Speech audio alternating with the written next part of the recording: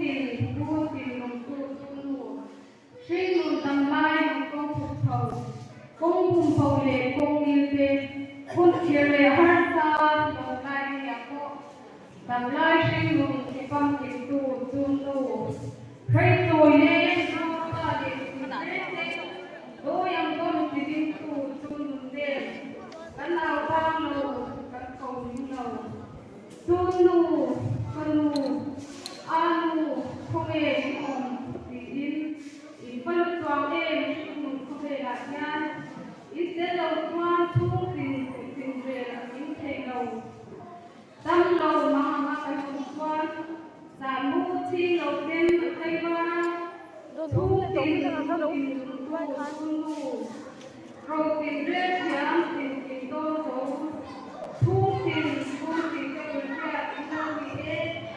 tâm tin quan tin cần thể lưu quan tin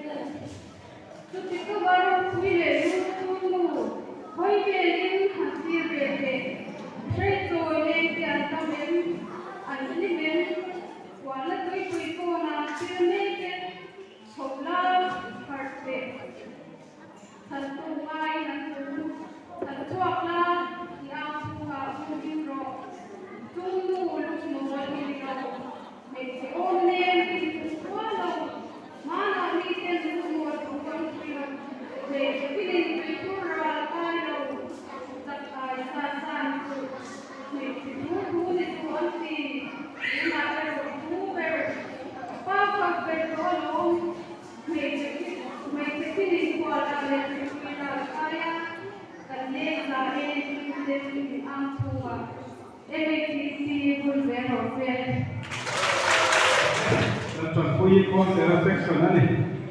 trong qua section này trong yên sẽ là một pha đây là số má Chhungtin Runtin Lumtu Chunnu Phá tu sẽ là thằng ngủ mà sinh nun tam lai công phục thầu công phùng bầu lệ công yêu tê hun kia lệ hart sa mong lai đi à bộ tam lai nun tim tu Chunnu phải tôi lên chùa bà lên xin rèn đôi yang công thì kim tu Chunnu nè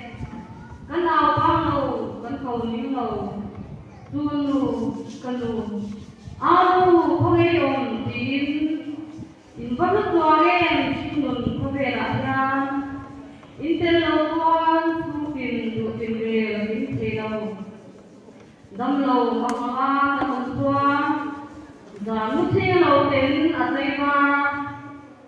thu tiền thu đến Lumtu Chunnu rồi tiền lên giám tiền kim con dấu thu tiền luôn tiền cái đồ ra đến lâu thì em đâm tiền xoắn tiền cần để ru qua ru quỳ để u chút chỉ có qua quỳ để ru Chunnu với bên hàn tiếc về thế xây rồi lên thế anh đi mềm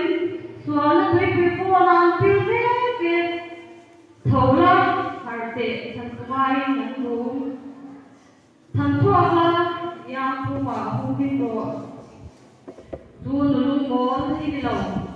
vì thế ôm em thì cũng khó lâu má nặng vì tiền luôn muốn thu được chứ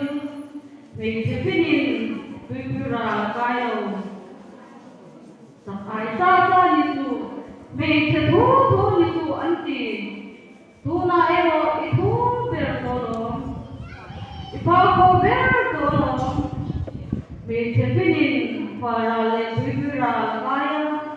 cần lên lại những tên thì nào không mà MHIP vừa rồi sẽ từ này.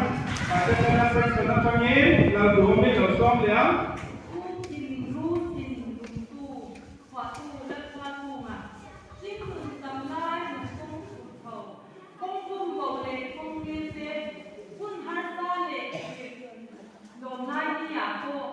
tam lai sinh nun thì kim tu Chunnu phải tuổi đê tua ba lệ chỉ rét đôi yang công thì kim tu Chunnu nè